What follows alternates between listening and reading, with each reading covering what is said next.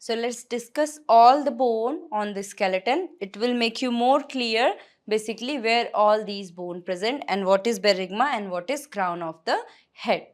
So as you can see the skeletal, so this is the skull part, okay, very top of the skeletal system.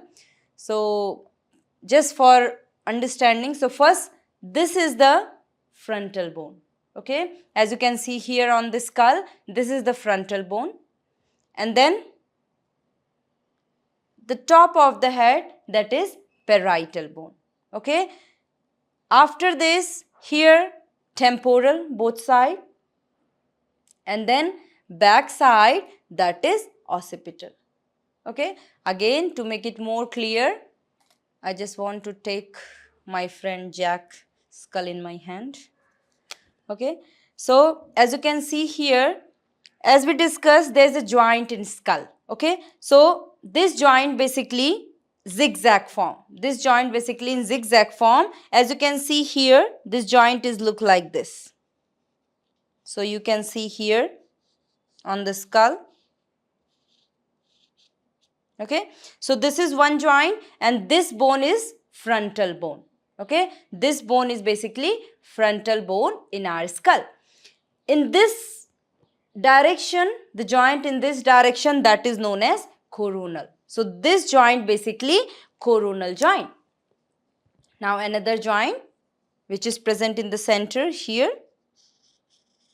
and also if you go closer, so you can see this is the zigzag joint like this, okay. So this zigzag joint like this, so this is basically the joint which is known as sagittal joint, okay, like this, okay. So this is red color, as you can see here, this is sagittal joint, and here the blue color zigzag line, this is coronal suture joint, okay. Now after this joint, you can see the bones present in our skull, this is the frontal bone, and now here at the top of our head, that is parietal bone, okay. Now after this, back side, okay. Now back side, you can see again one joint in zigzag here, okay. So this joint is sagittal joint, okay. So this joint basically sagittal joint again, and this is the blue color.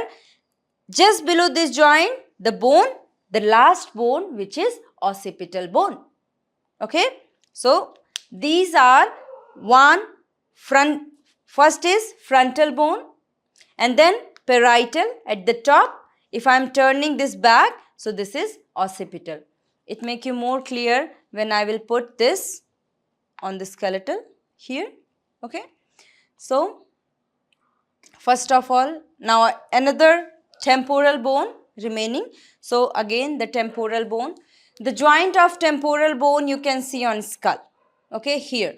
As I move the skeletal here, now again this red color joint here, this is red color ball, and this joint, okay, basically this joint. So this bone is temporal bone, okay. And then other side, another temporal here.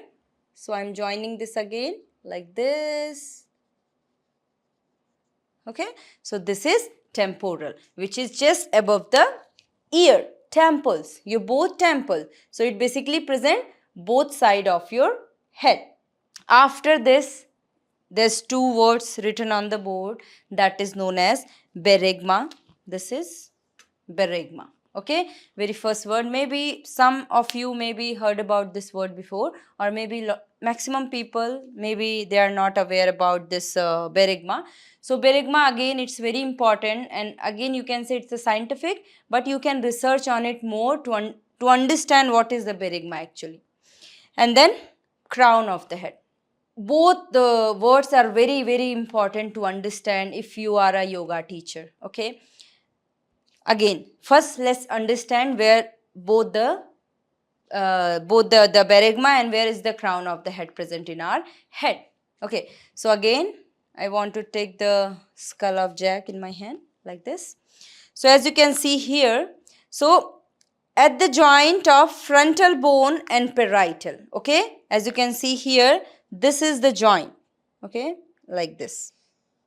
If I am making a circle, okay, so this is the joint of frontal and parietal bone, this circle. Okay, this joint is known as berygma. Okay, where is the berygma present in our body? Here. Okay, in early age, headstand is not recommended.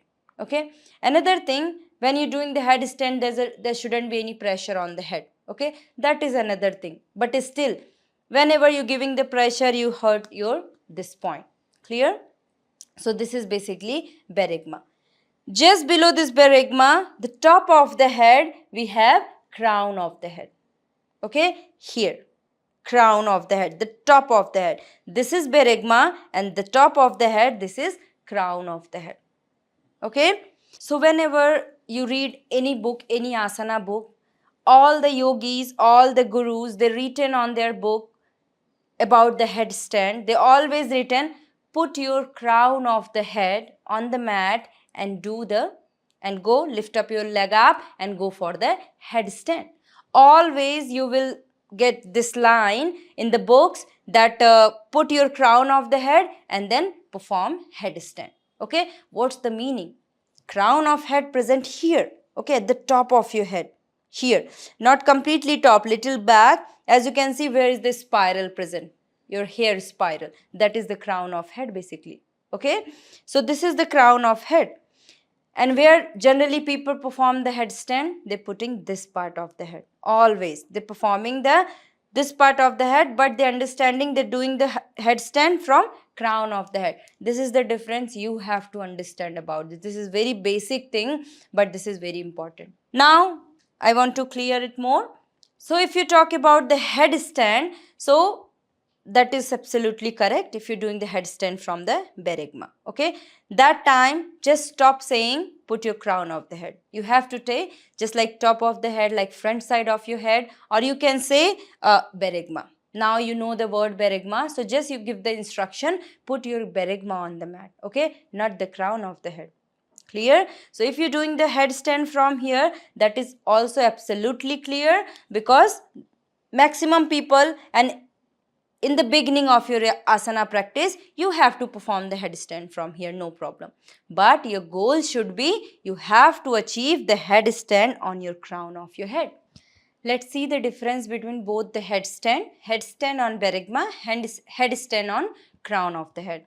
So first, this is the one type, this is the second type. So first type of headstand, that is when you're performing the headstand on berygma. Okay, so when you're performing the headstand on berygma, as you can see on the board, head on the ground, on the mat, the top of the head, your neck is straight, your entire spine is straight, but your lower back, you have to make a little arch on your lower back. The natural arch you have to create in your lower back to maintain the balance in this posture, headstand.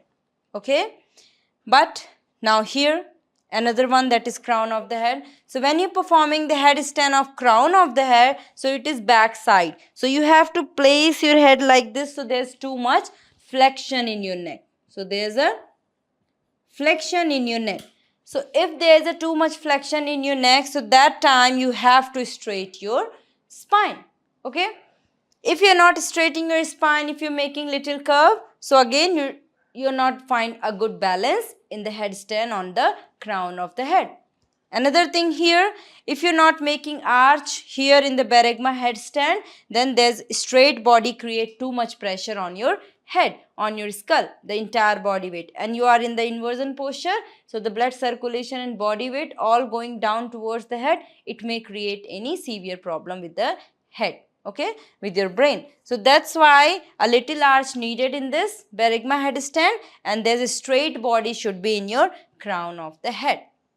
Okay, so no matter what kind of headstand you're performing, the thing is you have to maintain your spine position accordingly, respectively. Okay, so this is very important, what kind of headstand you performing, and accordingly you have to maintain the spine position. Okay, now this headstand on berygma, this is not good for the people who have lower back severe pain, who have hyperlordosis. Okay, what is hyperlordosis? After skull, next topic we will discuss about the spine. So basically hyperlordosis is high arch in your lower back. Okay, if your posture is like this.